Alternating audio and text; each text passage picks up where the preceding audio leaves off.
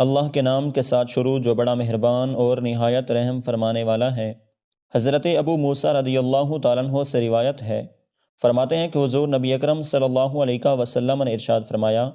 یقیناً اللہ تعالیٰ ظالم کو ڈھیل دیتا رہتا ہے یہاں تک کہ جب اسے پکڑتا ہے تو پھر اس سے بھاگ نہیں سکتا۔ پھر آپ نے یہ آیت تلاوت فرمائی، وَكَذَلِكَ أَخْذُ رَبِّكَ إِذَا أَخَذَ الْقُرَىٰ وَهِيَ ظَالِمَةٌ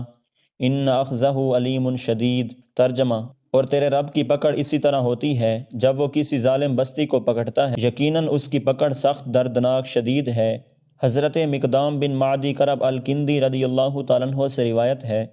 فرماتے ہیں کہ حضور نبی اکرم صلی اللہ علیہ وسلم نے ارشاد فرمایا،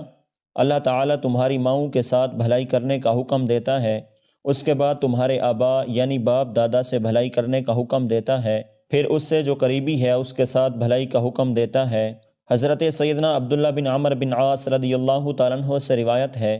فرماتے ہیں کہ حضور نبی اکرم صلی اللہ علیہ وسلم نے ارشاد فرمایا،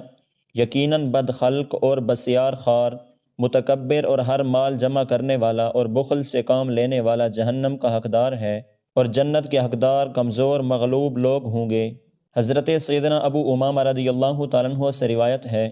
فرماتے ہیں کہ حضور نبی اکرم صلی اللہ علیہ وسلم نے ارشاد فرمایا، یقیناً لوگوں میں سے اللہ تعالیٰ کے زیادہ قریب وہ شخص ہے جو ان میں سے سلام میں پہل کرتا ہے۔